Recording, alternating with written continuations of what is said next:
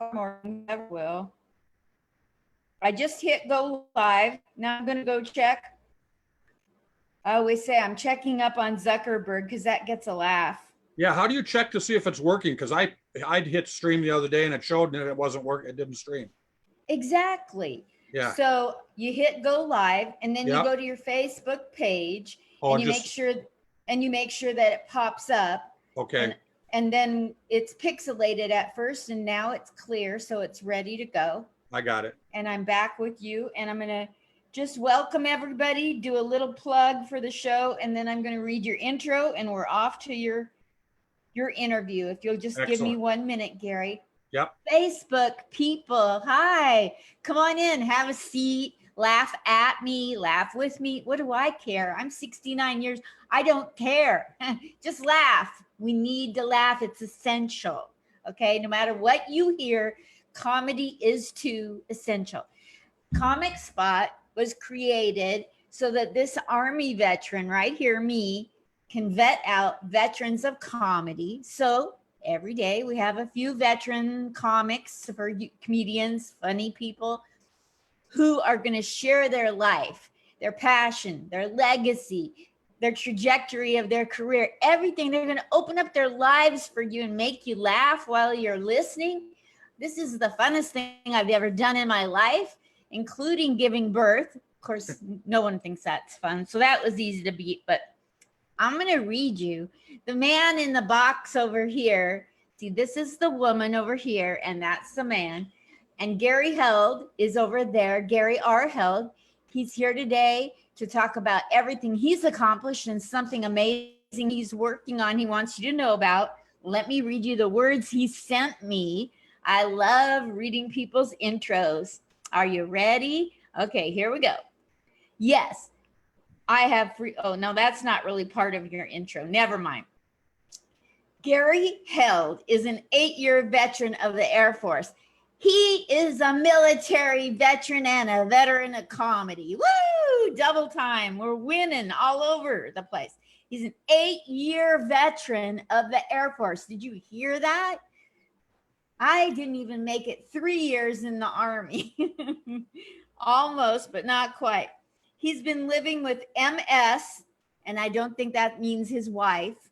He's been living with MS, multiple sclerosis, for over 40 years. He's a sit-down comic who entered comedy on a dare in 2016.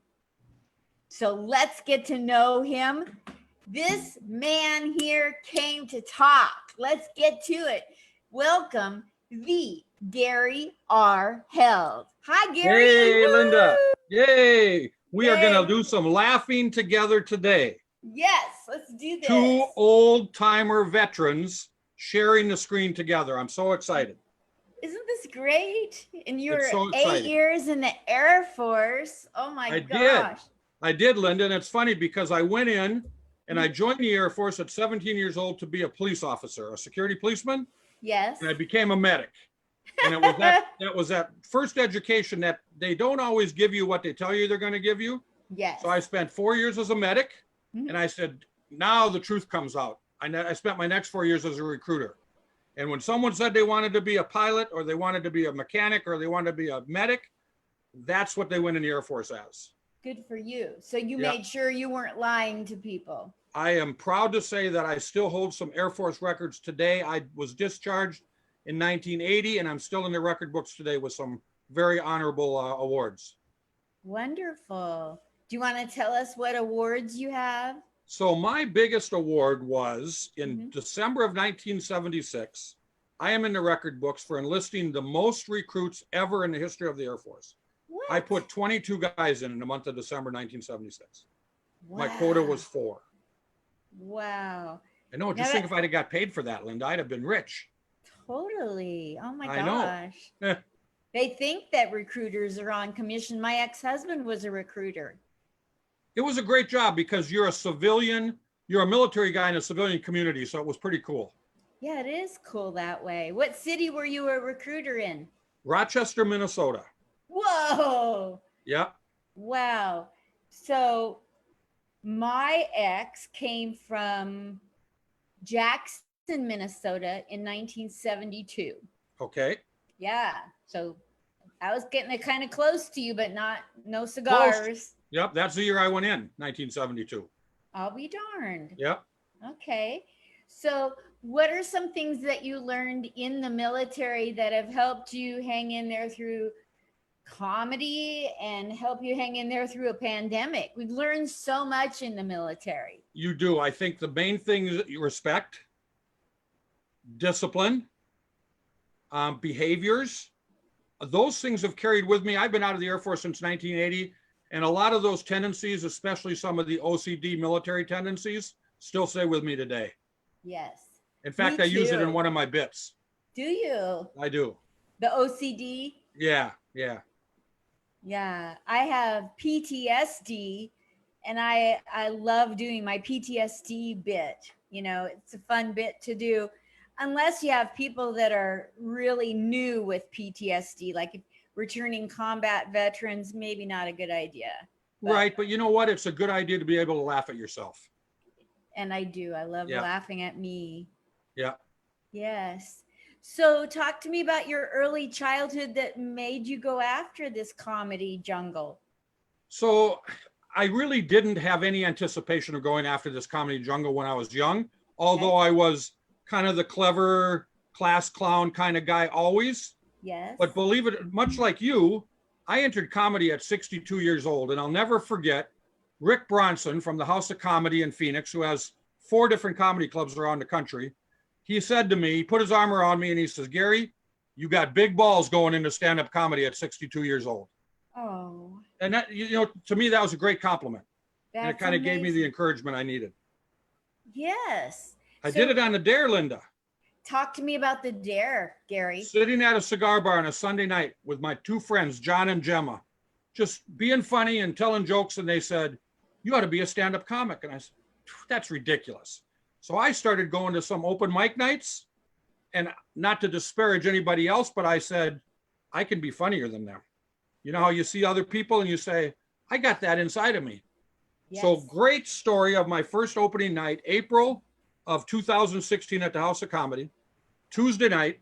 Normal crowd for open mic night is 35, 40 people with 15, 16 comics. There was 116 people there, and 89 of them were my cigar friends. I had fantastic support for my very first night on stage. Wow. I was supposed to get 4 minutes. I got 9 minutes. Standing ovation going up, standing ovation going down. I was hooked. Wow. It was fun. And so how has your comedy career been since then? Was that a freak thing because all your friends were there, or did that continue? No, it wasn't a freak thing at all. And one of the things that I learned early on was my style is a storyteller, not a joke teller. So I did things that were real in my life, and I had great success that way. And I have to say that in my first year of comedy, doing the improv and the comedy spot in the House of Comedy, I never had a heckler because I kind of commanded the audience, which is a skill. Yes. And I never had a set where I bombed. So knock wood, I was very fortunate. Because of that, I kept re-energizing and recharging, and it was just awesome. That's amazing. Congratulations. What a great feat to have. Here's the one suggestion I give, because I do a lot of these open mics. Mm-hmm. I can't emphasize enough. Rehearse. Know your material. Know it as if you're performing for $1 million on the stage that night, and be prepared to go out there. And I don't care if I'm doing a 5-minute open mic or if I'm doing a 10-minute feature. I rehearse equally as much for every set that I do. Wonderful. So you mentioned that you've been struggling, or that you've been overcoming, dealing with, living with MS. Could we take a minute to talk about that? 40 years I've been living with a unpredictable, incurable, lifelong disease. I now walk with 2 sticks for balance. That made it difficult doing the clubs, Linda, and I'll talk about why I went to a different direction. Okay. Most of the clubs are older clubs, and very few of them have handicap access to the stage. And it was very difficult for me to get up these wobbly steps and onto the stage and then have to sit on a stool. So I kind of after about a year and a half or so into the club scene, I kind of shifted to private parties and corporate comedy because it was an easier feel for me with my challenges for walking. Great. And those that's why I probably pay became the more. I became the sit down comic, because now I sit down to do my sets instead of standing up. And how has corporate comedy treated you? You know, private parties and corporate comedy is awesome because, number one, you'll appreciate this, it pays well. Yes. I do longer sets. It forced me from going to a 15-minute feature to a 60-minute set or a 90-minute set, which means you have to get back to the table and start creating and preparing. So I've done several 60 and 90-minute sets, which is a long time as a solo comic. Yes, it's a long time. And I love it. That's great. And I love it. I love every bit of it. So how many 60 and 90-minute sets do you have? So obviously I'm able to do some carryover because I'm not performing to the same audience every night. That was the one thing I found with the clubs, because the clubs here in Arizona, they don't book you unless you bring your friends.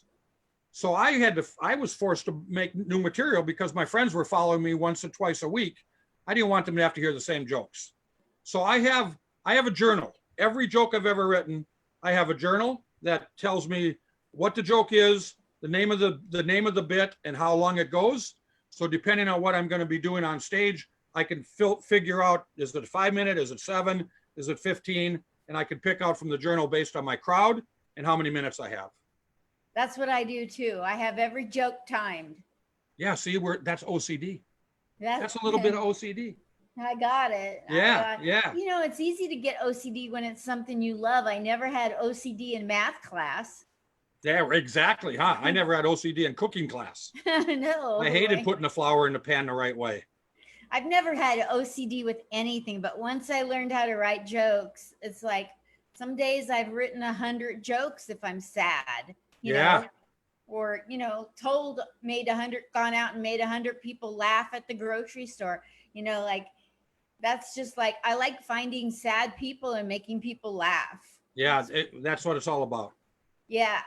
It used to be hard to find sad people or depressed people. And it's gotten really easy lately. I don't know if you noticed. It's a lot easier now, and it's too bad because the one thing that we get to control in our life is our happiness, and people forget that we get to control our happiness. Yeah, and right when everybody is so sad and depressed, they're saying that it isn't essential to have comedy. So I hope this pandemic gets over safely very soon, so that the essentialness of making people laugh can go back to getting fulfilled.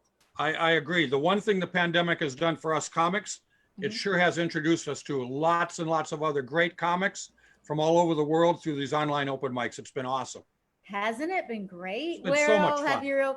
Where all has your open mics on Zoom or shows taken you around the world? So I do Rachel's from Salt Lake City a lot. Yes. I started doing Brooks and Erica's from Hawaii. And then I've done a few other little ones, but it's just, we meet such great people. Yes. And we do, and here's the challenge. You're looking into that little camera on your laptop, doing comedy to the greatest critics ever, other comics. Yes. Other comics don't want us to be funny, Linda. They want to be the funniest. Exactly. So it makes us better. And it's been wonderful. So what's it like living with MS? I know I'm getting serious. I'm going right for the jugular here. You are a positive guy, but you have a negative thing hanging around and you're long suffering with it. I just had a drunk driver hit me and I had a brain injury in 96 and it took forever to get as good as I am right now, you know, and I know that if you stub your toe and it doesn't heal in 6 months, people shy away from you. You've been suffering 40 years. How has that impacted your life and relationships? It doesn't. And here's the reason why. Okay. MS to me is called my shit. It's nothing more than an inconvenience to me. I get up in the morning. I deal with what God gives me every day. I've been very active in the MS world. I was the chairman of the board of the MS Society in Arizona for 4.5 years. I was involved in the national board out of New York with the MS Society. And the thing I try to impress upon people that have MS, men or women, deal with it every day because you're not going to change it. You might Band-Aid it once in a while, It's not going away. So you make the decision on how you're going to deal with it first. So for me, it's just an inconvenience.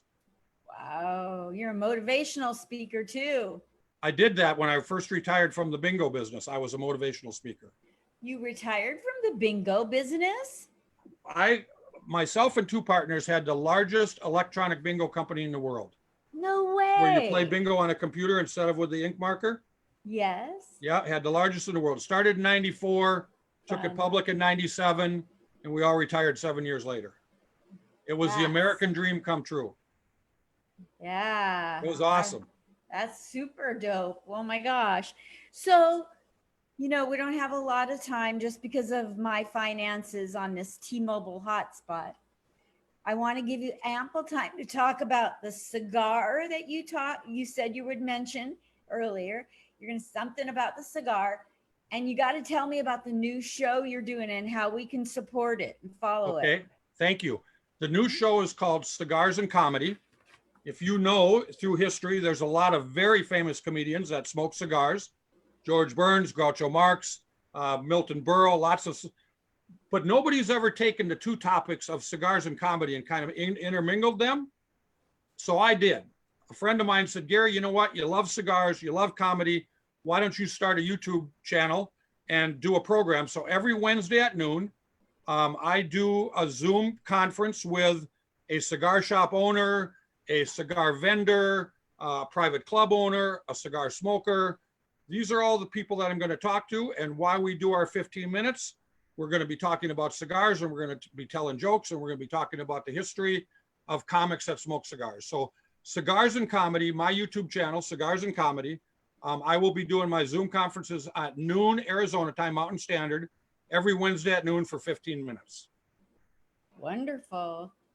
That is amazing. So on your YouTube, how long ago did you start it? How many followers do you have so far? I'm glad you didn't ask that, because I started last week and I've got 12 followers so far, because I'm brand new. Haven't even posted my first video from the Zoom because I couldn't figure out how to edit it. So I'm learning just like you've been learning. Totally. So next week I'll have my first interview posted with all my editing, my music, my intro, and all that stuff. So brand new. Wonderful. So we'll get people over to your YouTube channel to subscribe. Please knowing do. full well that you're committed every week putting out new content that's very relatable, and it'll grow. It'll grow. It'll grow. You have to start someplace. Yes. Yes. So what made you want to do a YouTube video show every week, to be that committed for this? Why is that you're passionate about? Because I am retired and have nothing to do but what I want to do that makes me happy. Just like you, making people laugh makes me happy. And if I can do that and combine it with my passion for smoking cigars, I think I have a winner. Totally. You're just like me. We're out of the same mold. Exactly. That's going to work then, because that's who you are. You're not even going to have to try. That's who I am. This is going to be awesome. What else would you like to cover? We bounced around a little bit on your growing up, a little bit about your comedy. Have we forgotten anything that you're going to regret not getting to say? No, you know what?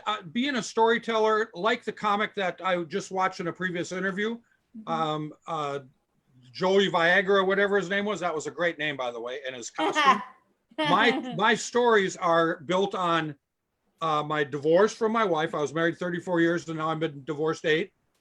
Online dating, which is material every day comes from my online dating experiences. And I drove Uber and Lyft when it first came to Arizona about 7 years ago. Just those 3 topics alone, let alone everything else that happens in my life every day, gives me material to put in my journal every single day. Wow. That's great. I am speechless. You're such a positive guy. Thank you. Thank you. So the online dating, tell me something funny that I would not know about online dating. So everybody wants to have the perfect profile. Everybody wants to have the perfect profile, whether it's true or not. So my profile, I spent a lot of time preparing it, and it said something like this. I ride Harley Davidson. I hang out at the cigar shop. The only baggage I have will be you on the back of my Harley. I love sex and trust that you do too, and hope that you're willing to give it up on demand. My favorite thing is to see a woman's cleavage, and I hope you're willing to show yours, whether your tits are real or fake. I'm not looking for some Scottsdale divorcee seeking her next spousal maintenance check. If this profile fits you, please send naked pictures for my viewing pleasure. That's hilarious. How's Everybody that been, wants the perfect profile. how's it been working for you? Yeah, you know what? I've got lots of experience. I will tell you that.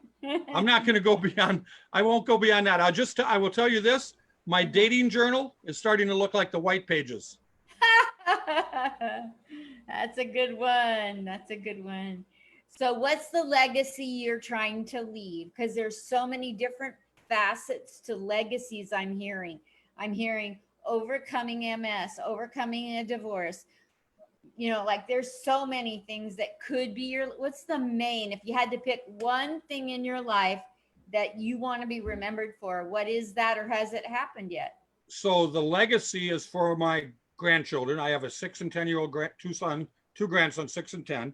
Okay. And my legacy for them is a book that I'm writing called From Spam to Ham and Back Again. And it's a story about their papa's life. So when they get older, they can go back. I don't care if it's a million seller. I'm going to publish the book. I want my grandchildren and my son to be able to go back to that book and say, this is what Papa did in his lifetime. Oh, that's awesome. That's I've had so a wonderful special. life. It sounds like you have. I'm so glad I got to know you. I thank you. Likewise. I'm so glad you came on here so other people will get to know you. And your show, which airs on Wednesdays at 12 noon Arizona time, Mountain Standard, will be on YouTube. And your YouTube channel is called Don't Tell Me, Cigars and Comedy. And it's Correct. new. It's new, but don't let that stop you from liking, subscribing, and commenting and watching whatever pops up, and help him grow his YouTube. He's passionate about cigars and comedy. So let's Linda, help it's been him. wonderful being on your show. Thank you so much Thank for you having me. so much, Gary R. Held. You're a veteran, and I love you a lot. Thank you so much. Back Bye. at you. Thank you. Bye. Bye. Bye.